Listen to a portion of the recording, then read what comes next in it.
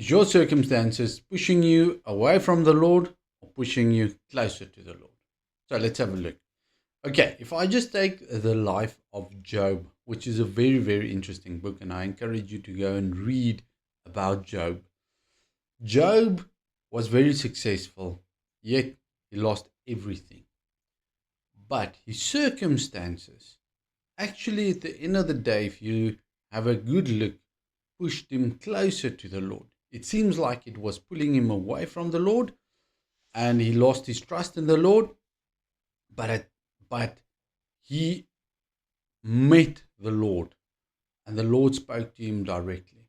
You see, even though it may seem that your circumstances today is pulling you away from the Lord, I want you to have a closer look. What is happening? Are you meeting the Lord? Are you going closer to the Lord? And then the other part you need to look at, your lifestyle. Is your lifestyle pulling you away from the Lord or pushing you closer to the Lord? Now, many times when it's difficult, it is easy to seek the advice of the Lord. But when it's good, you don't need the Lord as much. And other circumstances, when people have a lot, they are very grateful.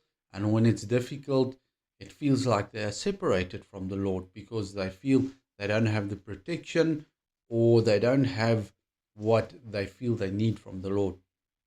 It depends on how you were taught.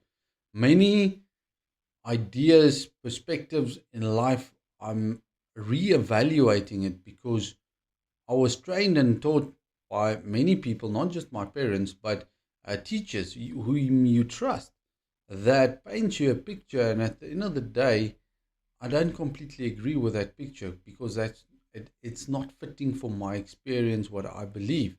So whether they're right or wrong, I can't tell you. But the best is to evaluate for yourself. What is your circumstances doing? Is it pulling you away from the Lord or pushing you closer to the Lord? And then just think about Job. Even Job was separated. He met the Lord. If we just look at Saul of Tarsus, he was zealous for God, but yet he persecuted the church, and the Lord met him. So even though his lifestyle, you can say, was 100% wrong in the sense of what Yeshua wanted him to do, he met the Lord. And I can almost say, I hope that you're on a collision course with the Lord because that's where you're going to meet him. Sometimes we are full of the Lord. We have a zeal for the Lord, which is very good. But sometimes people don't. They have difficulty in life, and then because of their difficulties, they actually meet the Lord. And I want you to think and reason for yourself so that you can spend more time with the Lord. What is happening in your life? And even if it seems like your life is coming apart at the seams, maybe, just maybe, you're on a collision course with the Lord.